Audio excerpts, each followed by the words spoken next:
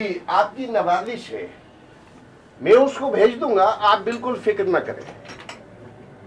जी नहीं, कोई शिकायत नहीं होगी आपको। अरे मियां, मैंने आपसे कहा था कि अपनी बेटी को फोन कर लो, लेकिन मजाल है जो तुम मेरी बात सुन जाओ।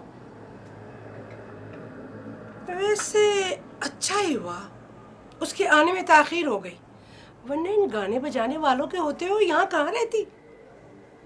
भाई बेगम, हम कभी कभी अपना गुस्सा तुम्हें जली कटी सुनाकर उतार देते हैं। वैसे सच्ची बात यह है, जितना सुख बेटी ने दिया है, बेटे उतनी परेशानी दे रहे हैं। तुम तो खामखा परेशान होते रहते हो। बच्चे हैं, वक्त के साथ साथ संभल जाएंगे। बच्चे?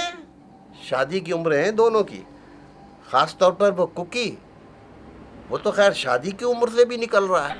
हाँ, अभी तो कभी प्यार से बात किया करो उनसे। हर वक्त का गुस्सा भी अच्छा नहीं होता। प्यार से बहुत कोशिश की बेगम, मगर इस औलाद में कोई ऐसा कमाल है कि गुस्सा रुकता ही नहीं।